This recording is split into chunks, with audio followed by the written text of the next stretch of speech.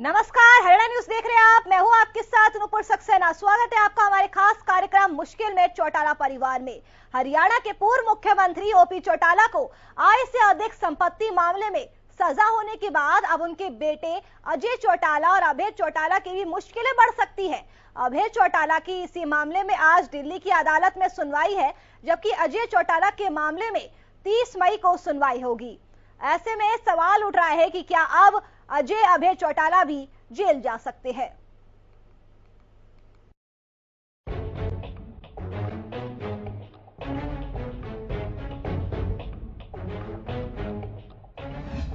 OP Chautala के बाद बढ़ सकती है अभय और अजय चौटाला की मुश्किलें। अभय और अजय चौटाला को भी जाना पड़ सकता है जेल। आय से अधिक संपत्ति मामले में फंसा परिवार। हरियाणा के पूर्व मुख्यमंत्री ओपी चौटाला को आय से अधिक संपत्ति मामले में सजा होने के बाद उनके बेटे अजय चौटाला और अभय चौटाला की भी मुश्किलें बढ़ सकती है।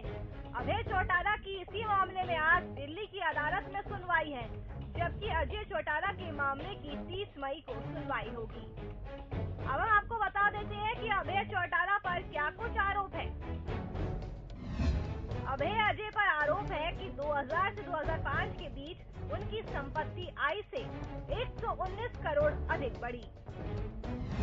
अजय पर आय से 340% अधिक संपत्ति अर्जित करने का आरोप है। इनेलो विधायक अभय सिंह चौटाला ने कहा है कि अदालत के फैसले पर कानूनविदों से चर्चा करेंगे। 2 दिन का समय हमारे पास है, उसके बाद सोमवार या मंगलवार को हाईकोर्ट में अर्जी दाखिल की जाएगी। पूरी उम्मीद है कि वहां से राहत मिलेगी। हम सुप्रीम कोर्ट के वरिष्ठ वकीलों से भी चर्चा करेंगे। इनेलो सुप्रीमो ओम प्रकाश चौटाला को आय से अधिक संपत्ति के मामले में सजा के फैसले के बाद जेजेपी ने भी अपने सभी आगामी कार्यक्रम स्थगित कर दिए हैं। जेजेपी के प्रधान महासचिव दिग्विजय चौटाला ने हरियाणा के पूर्व मुख्यमंत्री और अपने दादा ओम प्रकाश चौटाला को सजा होने पर दुख जताया और कोर्ट के फैसले को बेहद दुर्भाग्यपूर्ण और पीड़ादायक बताया है। दिग्विजय ने कहा कि सजा के फैसले से हम और उनके चाहने वाले सभी समर्थक बहुत दुखी है और उनके लिए एक बड़ा झटका है। पूरा चौटाला परिवार अब न्याय के लिए हाईकोर्ट का रुख करने की बात कह रहा है। अब ये देखना होगा कि हाईकोर्ट से उन्हें कितनी राहत मिल सकती है। हरियाणा न्यूज के लिए ब्यूरो रिपोर्ट।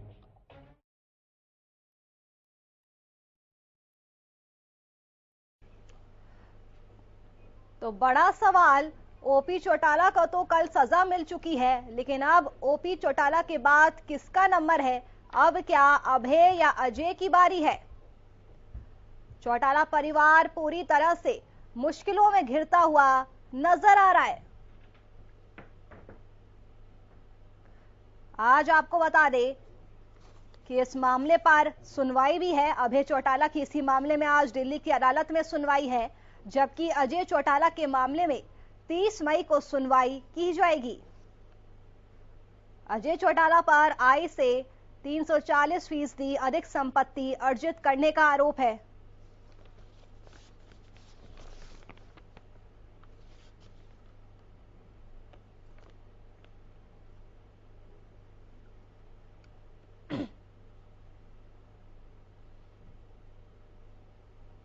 तो चौटाला परिवार पूरी तरह से मुश्किलों में घिरता हुआ नजर आ रहा है और इसी पर चर्चा करने के लिए हमारे साथ न्यूज रूम से लाइव सुशील सिंह जुड़ चुके हैं और हमारे साथ स्टूडियो में मौजूद है राजनीतिक विश्लेषक प्रोफेसर सुभाष सप्रा जी। सर, बहुत बहुत स्वागत है आपका हरियाणा न्यूज पर। और हमारे साथ अजय गुलिया जेजेपी प्रवक्ता भी जुड़ चुके हैं। सर, आपका भी बहुत बहुत स्वागत है हरियाणा न्यूज पर। हाँ सुशील, सबसे पहले आपका रुख करते हुए, अब ओपी चौटाला को तो कल सजा मिल चुकी है, लेकिन अब अभय चौटाला और अजय चौटाला पर भी संकट के बादल मंडराते हुए नजर आ रहे हैं।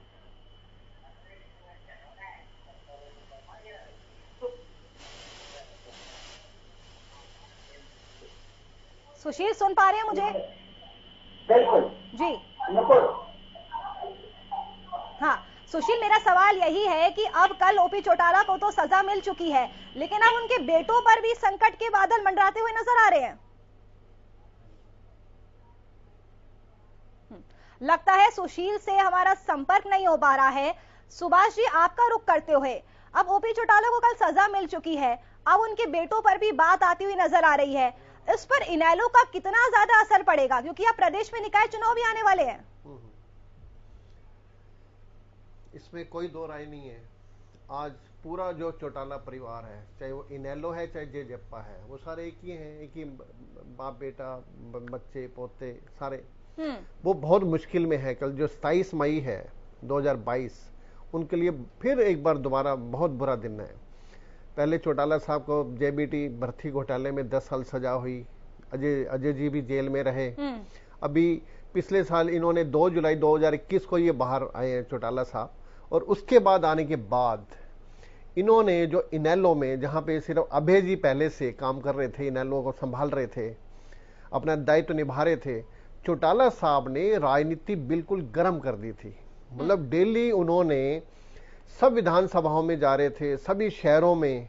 87 साल के हैं और काफी बीमारियों से भी, 10 से ज्यादा बीमारियां हैं इनको, और हैंडीकैप भी है कहते हैं, जो उन्होंने वहां पे बयान भी दिया है भाई 90% वो हैंडीकैप हैं। परंतु आज भी इस उम्र में उनकी जो एफिशिएंसी है, जो कार्य कुशलता है, जो उनकी मेहनत है, उनको मैं सलाम करता हूं। मैं भी चौटाला साहब से कई बार मुझे मिलने का मौका मिला जब ये सीएम भी थे, और मैं भी अपने Haryana government college teacher association का मैं वाइस प्रेसिडेंट था, कई बार प्रेसिडेंट, हमारी यूनियन मिलती थी, और मैं उनकी एफिशिएंसी देखता था। 1999 से 2004 मुझे याद है, ये सोना में जब उनका प्रोग्राम होता था, वो नाइट वहां चले जाते थे, चंडीगढ़ चले जाते थे। मतलब 6-7 घंटे का सफर गाड़ियों में करना, ये नहीं रास्ते में ब्रेक दे दें। मतलब उनकी इतनी मेहनत, और आज जो है ना, इस उम्र में उनको एक बार दोबारा वहीं कोर्ट रूम से जेल में ले लिया गया है। ये चौटाला परिवार के लिए बहुत मुश्किल की बात है। चाहे अभय जी कह रहे हैं भाई हम हाई कोर्ट में जाएंगे, और साथ साथ आपने ये भी पूछा है, अब अभय जी की आज सुनवाई है कोर्ट में, और अजय जी की 30 तारीख को है, और उन पे भी सेम चार्जेज है, आय से अधिक मामला है। ओपी चौटाला जी पे 103 करोड़ इस तरह का था डाटा, भाई उससे ज्यादा संपत्ति थी। और अजय और अभय जी पे भी इसी तरह से, जब वो शासन में रहे हैं उस दौरान उन पे मामले चल रहे हैं, और उनके लिए ये जो है ना मुश्किलें बढ़ गई हैं, जहां पे चुनाव भी होने वाले हैं। और चौटाला साहब तो बिल्कुल तीसरा फ्रंट भी बनाना चाह रहे थे, मतलब पूरा घूम रहे थे अच्छी तरह से, और अब ने ये उम्मीदवार भी घोषित कर रहे थे। अब अभय के लिए बड़ा मुश्किल हो जाएगा। और साथ ही साथ अब जेजेपी ने भी अपने सारे जो प्रोग्राम है 2-4 दिन के लिए स्थगित कर दिए हैं, ड्यू टू, उन्होंने यही उसमें रीजन दिया भाई ओम प्रकाश चौटाला जी को जेल हो गई है, तो इसलिए उस वजह से जो है ये प्रोग्राम स्थगित किए जाते हैं। ठीक है, सुशील भी हमारे साथ न्यूज रूम से जुड़ चुके हैं। सुशील, अब क्या ओपी चौटाला के बाद अजय और अभय चौटाला की बारी आने वाली है?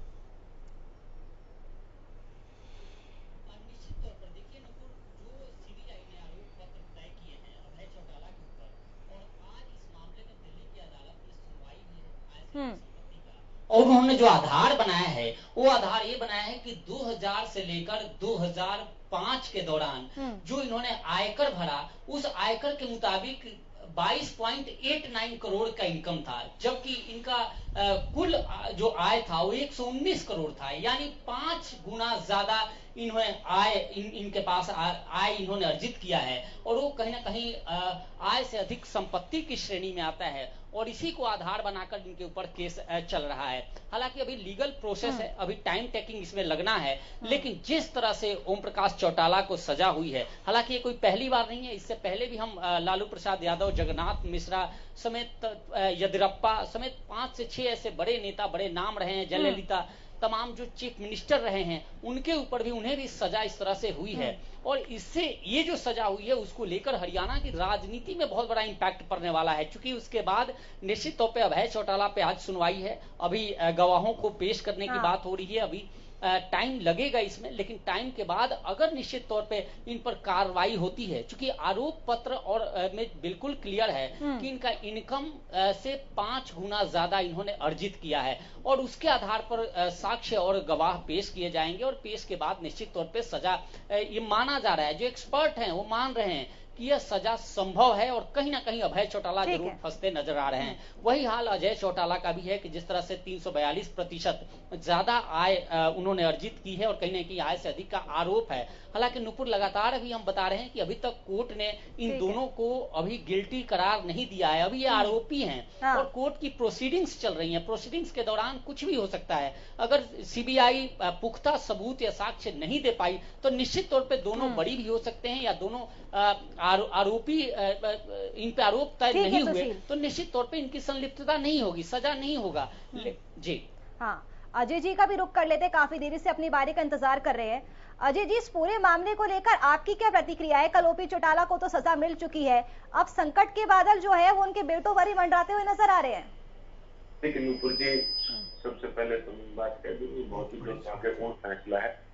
चौधरी ओम प्रकाश चौटाला जी हरियाणा के सर्वमान्य नेता हैं और उन्होंने हरियाणा प्रदेश की बहुत सेवा की है, लंबे समय तक सेवा की है और उनके द्वारा लिए गए निर्णय हरियाणा की प्रगति उन्नति में मील का पत्थर साबित हुए। देखिए अब मामला कोर्ट में, कोर्ट के निर्णय पर तो मैं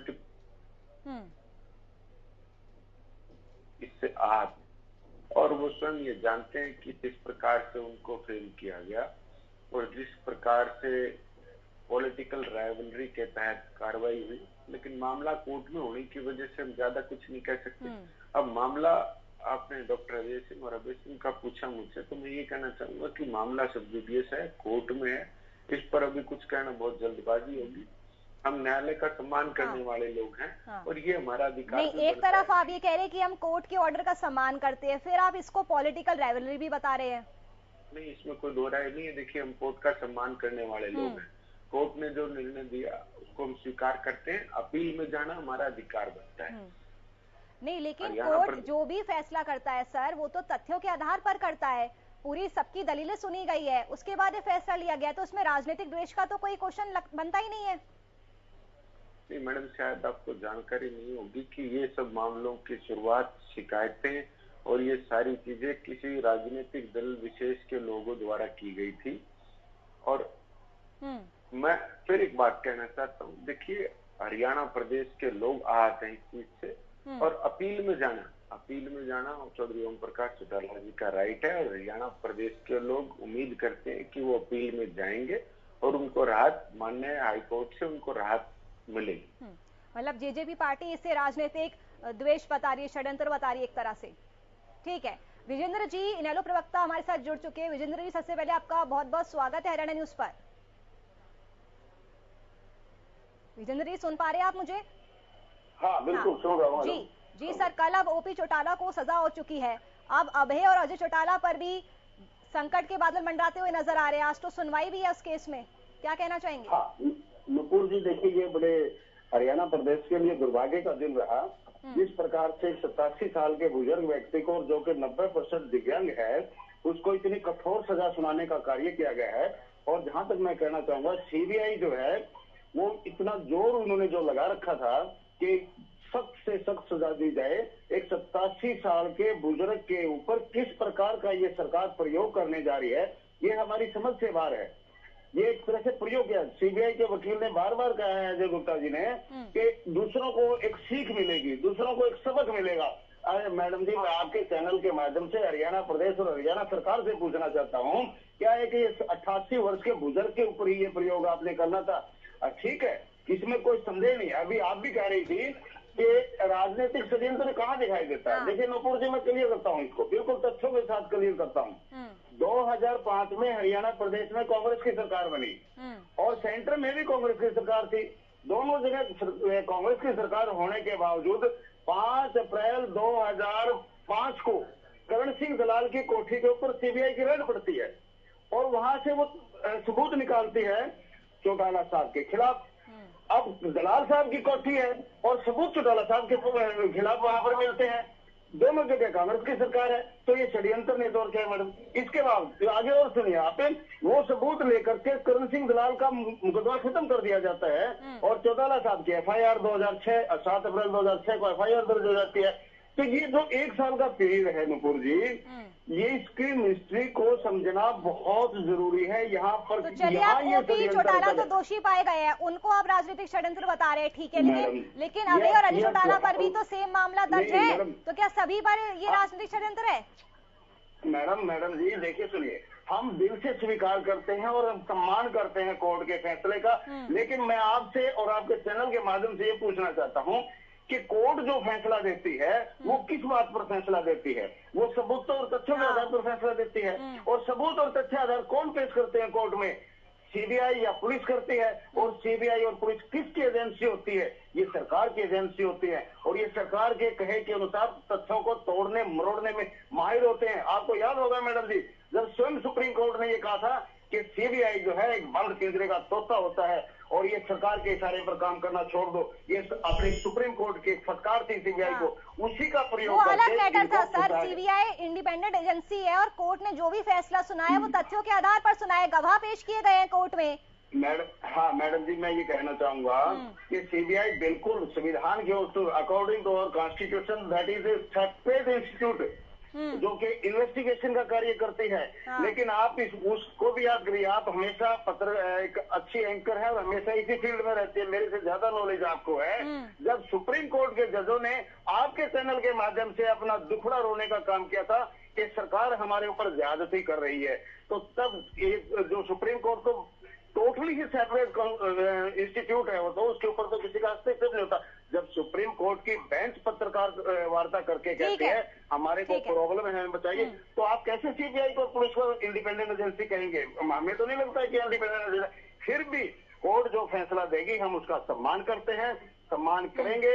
और इंडियन, एक और बात मैं बता देता हूँ गुरु जी आपको, इंडियन नेशनल लोकदल पार्टी चट्टान की तरह मजबूत है, मजबूत रहेगी, कितने भी सितम रहे हमारे ऊपर। अरे सर, पूरा परिवार, चौटाला परिवार मुश्किलों में गिरता हुआ नजर आ रहा है, आप कह रहे पार्टी मजबूत है, कहाँ से मजबूत है? ठीक है सर जी, पार्टी मजबूत है, चौटाला परिवार के ऊपर सितम ढाए जा रहे हैं दुश्मनों के द्वारा, सितम नहीं ढाए जा रहे हैं। कोर्ट फैसला करेगा ना सर, कौन दोषी है कौन नहीं। बिल्कुल बिल्कुल, सितम ढाने की यहाँ पे बात आई नहीं। ठीक है, हमारे साथ लीगल एक्सपर्ट कुलभूषण भारद्वाज जी भी जुड़ चुके हैं। कुलभूषण साहब, आपका बहुत बहुत स्वागत है हरियाणा न्यूज पर। नमस्कार जी। कुलभूषण जी, मैं आपसे ये पूरा मैटर लीगल टर्म्स में समझना चाहूंगी। अब कल ओपी चौटाला को सजा हुई है, कहा जा रहा है कि अब हाई कोर्ट का भी रुख करेंगे, क्या क्या लीगल ऑप्शंस उनके पास अब बचते हैं? देखिए, जब जिला अदालत ने उनको सजा सुना दी है तो उनके पास ऑप्शन यही बचता है कि वो माननीय उच्च न्यायालय में जाएं और अपनी बात को रखें। और जो भी बात उनको लगता है कि हमारी बात नहीं सुनी गई है या निचली अदालत ने उस पर संज्ञान नहीं लिया है, गौर नहीं किया है, तो वो ऊपरी अदालत के अंदर जाएंगे और अपने अधिवक्ता के माध्यम से अपनी उस बात को अदालत के सामने रखेंगे। उसके बाद माननीय उच्च न्यायालय जो है वही इस पर अपना निर्णय लेगा कि क्या ये जो भी बातें रखी गई हैं उनके सामने आई हैं, क्या इन पर विचार करना चाहिए, इस योग्य हैं या नहीं है। तो ये अब सारा का सारा जो मामला है अब वो माननीय उच्च न्यायालय के अंदर जब जाएगा तब उच्च न्यायालय उस पर अपना निर्णय लेगा।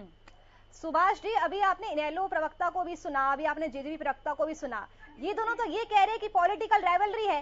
क्या इसमें ऐसी संभावना हो सकती है? क्योंकि कोर्ट तो जो भी फैसला लेता है तथ्यों के आधार पर ही लेता है। ये सब पॉलिटिकल बातें हैं। जो शिकायत है वो चाहे वो आम आदमी करे या जो अपोजिशन वाली पार्टीज करें, जो भी निर्णय आता है वो एविडेंस बेस्ड होता है। ये नहीं मतलब एक ने दूसरे की शिकायत कर दी तो आप कोर्ट उसको जेल में डाल देंगे।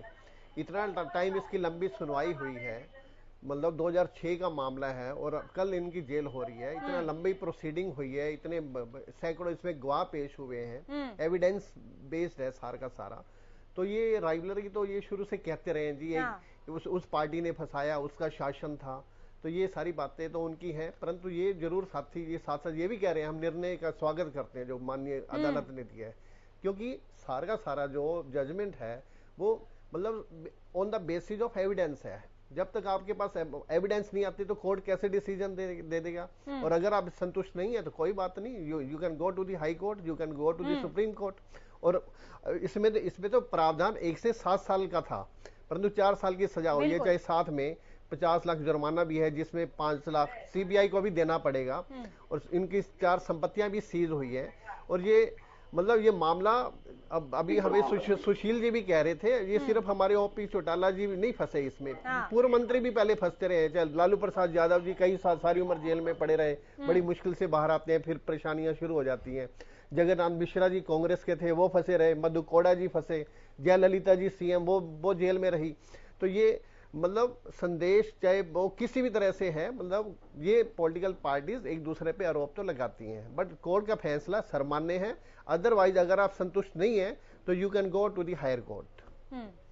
सुशील, आपका रुख करूंगी, अगर अब ओपी चौटाला के बाद अभय या अजय में से किसी को भी सजा होती है तो इनेलो पार्टी का आगे भविष्य क्या रहने वाला है? क्योंकि एक समय ऐसा था सुशील हरियाणा में जब चौटाला परिवार का काफी ज्यादा रसूख माना जाता था। बिल्कुल बिल्कुल नुपुर, देखिए यही सवाल मेरा भी है और शायद इस सवाल का जवाब रेड्डू साहब बैठे हैं, इंडियन नेशनल लोकदल के प्रवक्ता हैं, और वो जरूर बखूबी से देंगे, क्योंकि कल जेजेपी प्रवक्ता बैठे हुए थे और उन्होंने साफ तौर पे कहा कि अजय चौटाला जी का नाम है आय से अधिक संपत्ति में, और दुष्यंत चौटाला जो उप मुख्यमंत्री हैं वो बिल्कुल नीट एंड क्लीन है। लेकिन चलिए, जेजेपी तो दुष्यंत चौटाला संभाल लेंगे, आय से अधिक संपत्ति मामले में सजा होती है अगर अजय चौटाला को, चूंकि ये लीगल प्रोसेस है। लेकिन इनेलो का क्या होगा? ओम प्रकाश चौटाला के बाद कहीं ना कहीं जो इनेलो के कार्यकर्ता थे वो अभय चौटाला के रूप में अपने देखते थे और उनसे मजबूत कहीं ना कहीं अपने आप को पाते थे। अब उनके बाद अगर उनको सजा होती है, चूंकि आज हियरिंग है और हियरिंग के बाद इसका मतलब यह है कि लीगल प्रोसेस में तेजी आई है, निश्चित तौर पे बहुत जल्द इस पूरे मसले का निपटारा हो सकता है। तो ऐसे में अगर इन्हें सजा होती है तो उसके बाद इनेलो का क्या होगा? रेड्डू जी। साथी देख, मैं ये कहना चाहूंगा, मैं कई बार कह चुका हूँ और हर डिबेट में मैं बार बार इसी को रिपीट करता हूँ कि इंडियन नेशनल लोकदल पार्टी चट्टान की तरह मजबूत है, भी है और रहेगी। हाँ, हमारे नेताओं के ऊपर जो संकट के बादल छाए हैं, हम इन संकट के बादलों का हौसलों के साथ मुकाबला करेंगे। हम हौसला बिल्कुल नहीं तोड़ रहे, हमारे पार्टी का कोई भी वर्कर हौसला नहीं तोड़ेगा। पूरे विश्वास और भरोसे के साथ हम अपने इसी प्रकार से डटे रहेंगे। और इसके साथ साथ मैं आपको ये भी बताना चाहूँ कि हमारे कहीं ना कहीं अभी जो अभय सिंह चौटाला और अजय सिंह जी चौटाला का अभी जो ये केस है, अभी हियरिंग के ऊपर आया है, अभी इसमें जो कन्विक्शन करना है, उसके बाद आगे लंबा प्रोसेस ये है।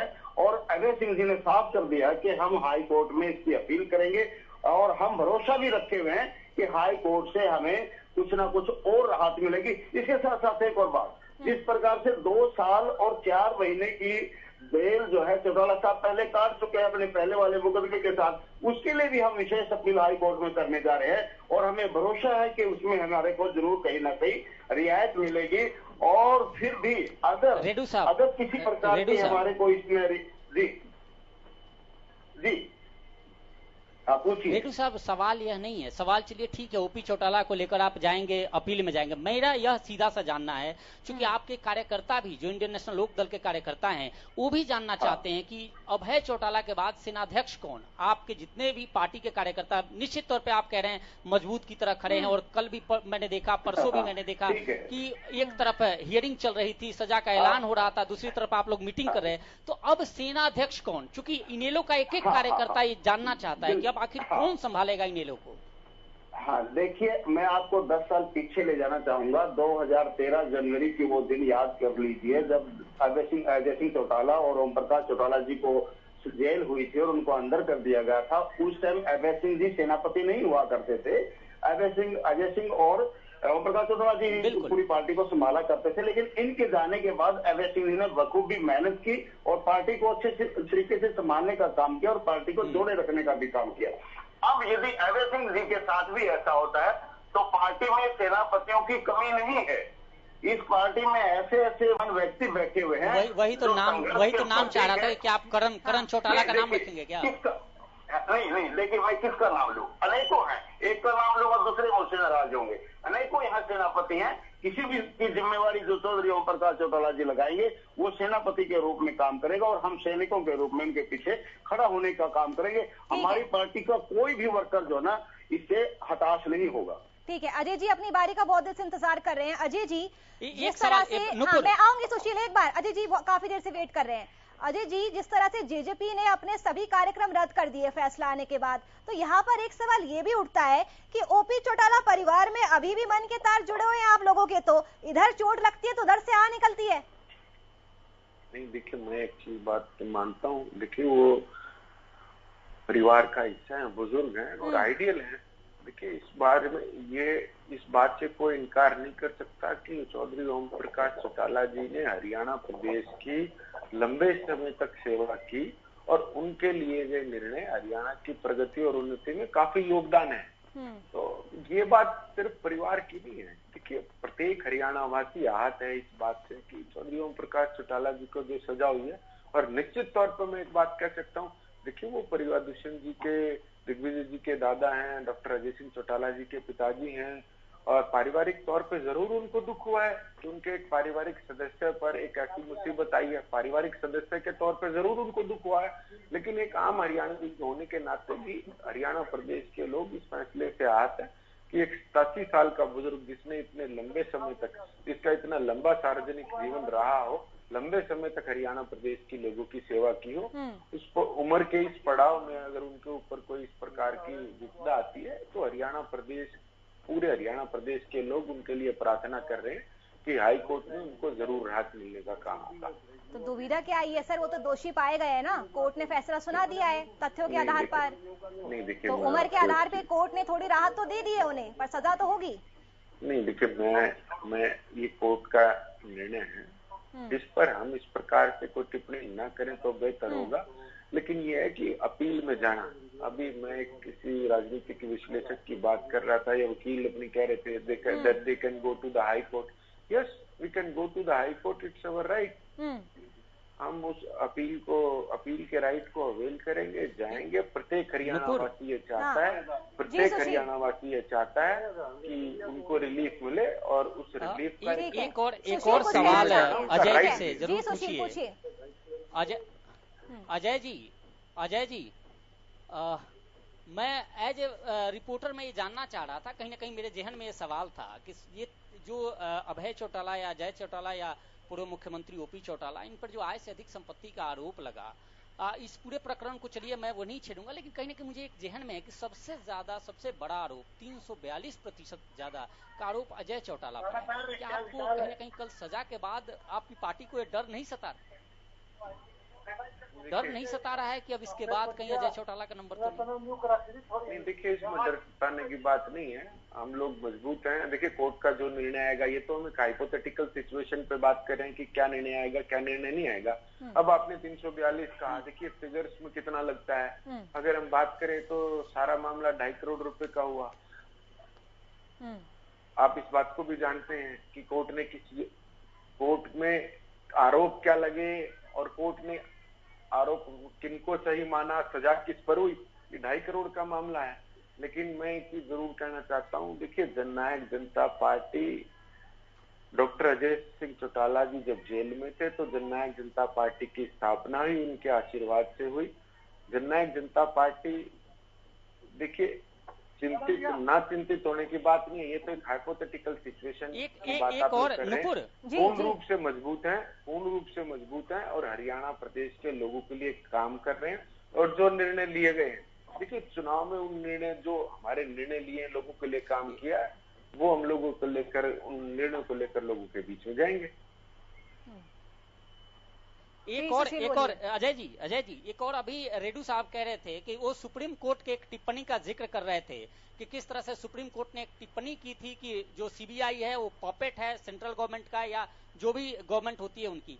कहीं ऐसा तो नहीं, मैं उनकी बात को बड़ी कर रहा हूं कि कहीं ऐसा तो नहीं कि चूंकि आप सरकार में हैं और केंद्र में भी बीजेपी की सरकार है और अजय चौटाला जी इसलिए बाहर हैं या इसलिए उन पर कार्रवाई नहीं होती कि वो सरकार में है और सरकार के साथ है। चूंकि मैं नहीं कह रहा हूं, अभी रेड्डू साहब कह रहे थे कि अगर सीबीआई पॉपेट है तो निश्चित तौर पर कहीं ना कहीं इससे आप बच तो नहीं रहे।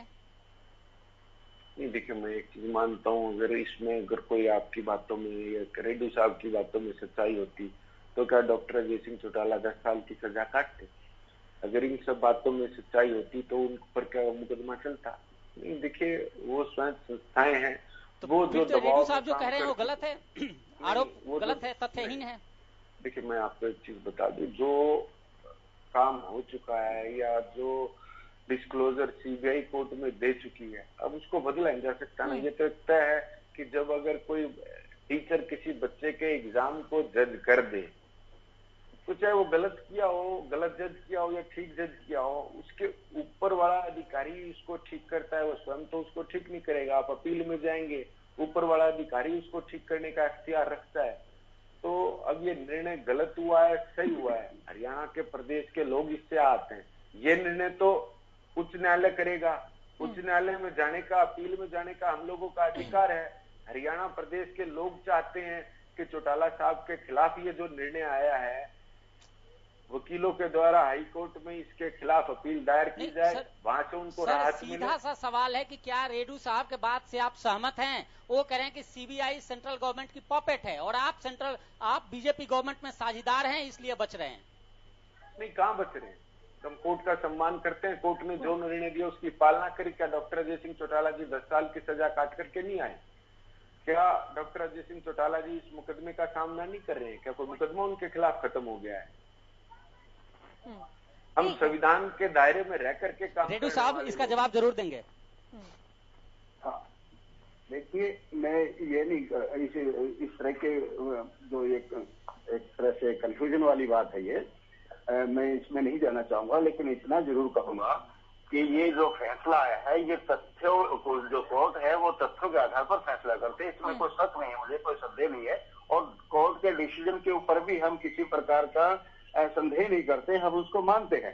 लेकिन कहीं ना कहीं देखिए, ये सार्वजनिक जीवन में हम सभी जीते हैं, हम सभी को पता है, कहीं नहीं कहीं सत्ता का फायदा लोग उठाते ही उठाते हैं और सत्ता का फायदा मिलता ही मिलता है और हर कोई लेने का प्रयास भी करता है। ठीक है, ये कहीं ना कहीं फायदा उठा रहे हैं, लेकिन कोर्ट में जब फैसला चल रहा है तो कोर्ट जो निर्णय करेगी, आज अभय सिंह जी की सुनवाई है, 30 तारीख को अजय सिंह जी की सुनवाई है, तो उसमें आपके सामने भी आएगा सब कुछ और जो भी होगा उसको हम मान्य करेंगे। लेकिन जिस प्रकार से चौधरी ओम प्रकाश चौटाला, देखिए मैं दोबारा से फिर ये बात दोहराना चाहूंगा कि चौधरी ओम प्रकाश जी चौटाला जो 88 वर्ष के हो चुके हैं, अब उनसे किसी प्रकार का ये भय नहीं था कि यदि इनको खुला छोड़ दिया जाता है, यदि ये बाहर रहते हैं तो ये और कोई बड़ा नुकसान। रेड्डू साहब आज की बात करिए ना, रेड्डू साहब आज की बात करिए। आज अभय चौटाला को लेकर सुनवाई है और ये जो आरोप है, सवाल सीधा सा यह है कि क्या अजय चौटाला और अभय चौटाला पर सुनवाई है, क्या सरकार में साझेदार होने का फायदा अजय चौटाला को मिलेगा? सवाल सीधा सा है। छोड़ दीजिए, ओपी चौटाला को सजा हो गई, रिव्यू में जाएंगे, आप हाई कोर्ट जाएंगे। अब आज का सवाल है, कल मैं आपके ही चैनल पर डिबेट में बैठा था और एक आपके बीजेपी के साथी से जब ये सवाल पूछा गया कि उन्होंने कहा कि इनके ऊपर आरोप था, पहले से ही था और हमें पता नहीं था, तो मैंने एक सवाल किया था, बीजेपी का साथी आज भी अपने साथ बैठा हुआ है, मैंने सवाल किया था कि आज तो आपको पता है। तो उस टाइम, कल की डिबेट थी ये, उस टाइम उस साथी ने क्या जवाब दिया कि हमारी सरकार में दुष्यंत चौटाला है, अजय सिंह चौटाला नहीं है।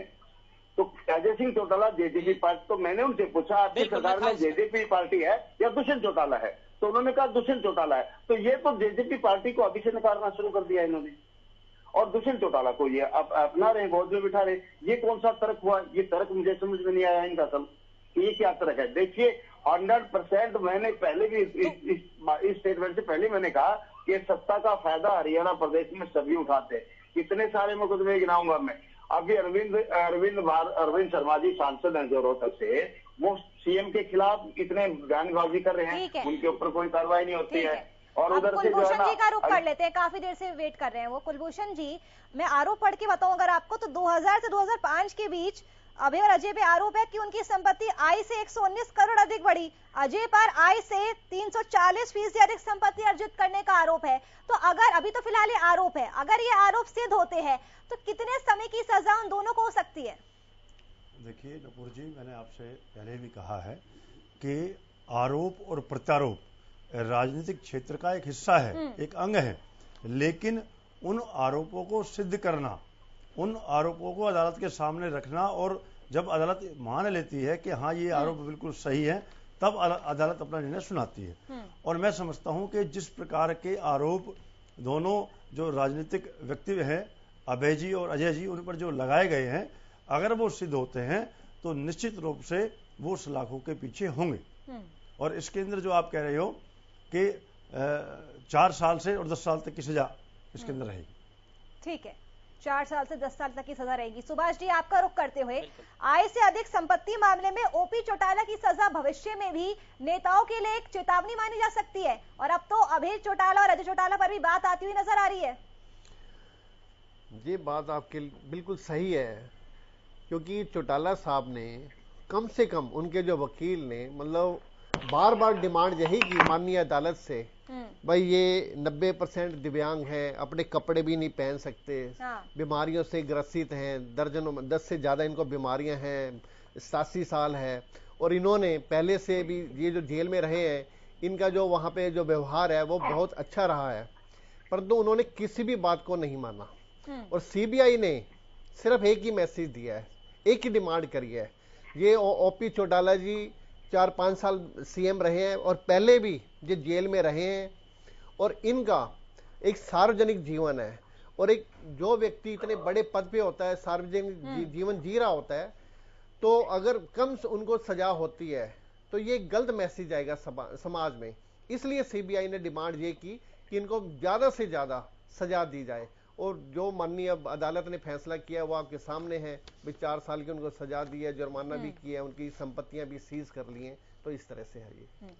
विजेंद्र जी का रुख कर लेते हैं। जी, आप कुछ कहना चाहते हैं? जी, कुलभूषण जी।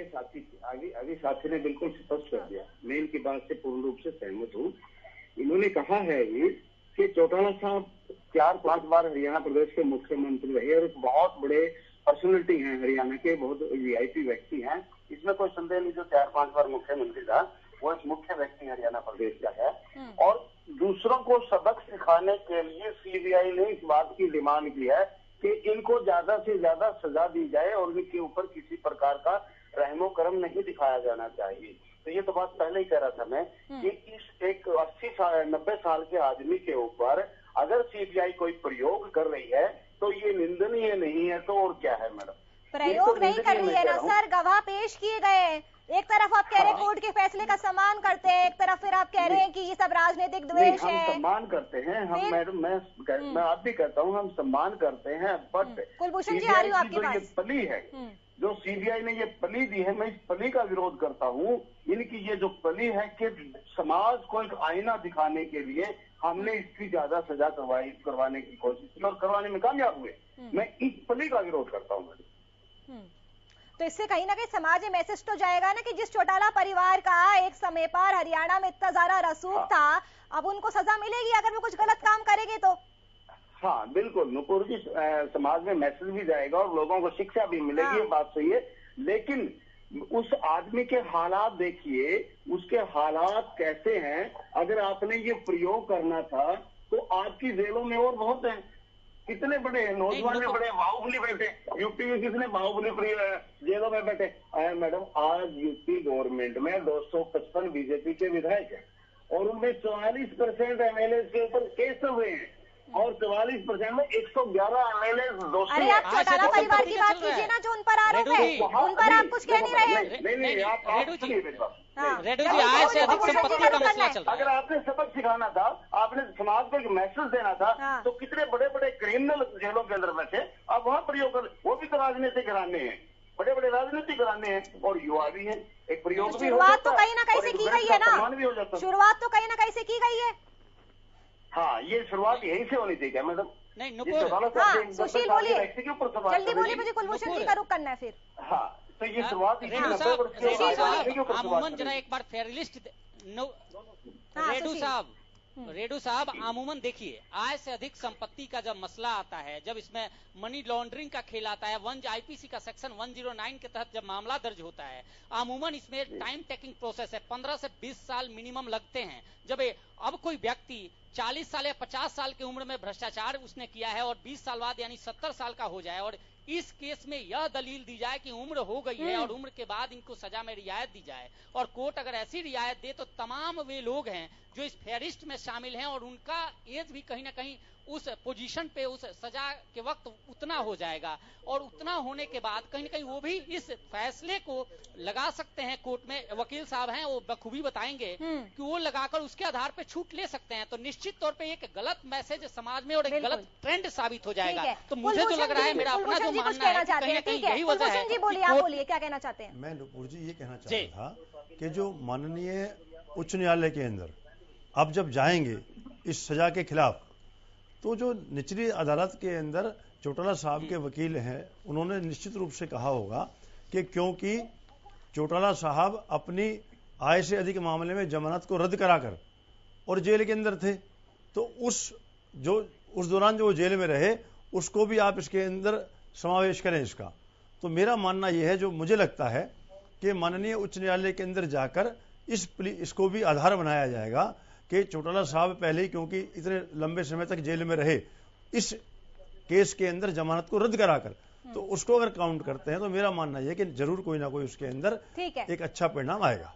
और दूसरी बात जो रेड्डी साहब कह रहे हैं बार बार कि सीबीआई ने प्रयोग किया, सीबीआई ने ऐसा, जब सीबीआई जांच कर रही है, जब सीबीआई उसके अंदर जांच एजेंसी के रूप में है, तो वो अपनी बात को रखेगी और ज्यादा से ज्यादा सजा की उसमें मांग भी करेगी। मुझे सबसे क्लोजिंग कमेंट लेनी है, समय मेरे पास अब है, मैं आऊंगी। सुभाष जी का रुख कर लेती हूँ पहले एक बार जल्दी से। सुभाष जी, क्लोजिंग कमेंट आपसे लूंगी।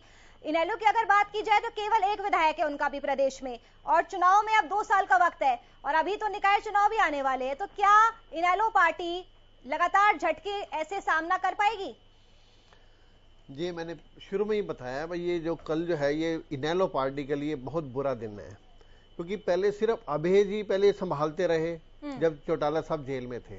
अब चौटाला साहब ने जेल से आने के बाद जो इन्होंने मतलब अपनी एफिशिएंसी दिखाई, इनके पास कम्युनिकेशन स्किल है, और एकदम इनेलो में ये जान डाल रहे थे, और सारे के सारे जो पुराने कार्यकर्ता इनके जो इधर उधर हो रहे थे, और कई बार चर्चाएं ये भी होती थी चौटाला साहब जेजेपी और इनेलो दोनों को इकट्ठा कर लेंगे, ये पूरी उम्मीद थी जिस तरह से इनके प्रोग्राम चल रहे थे।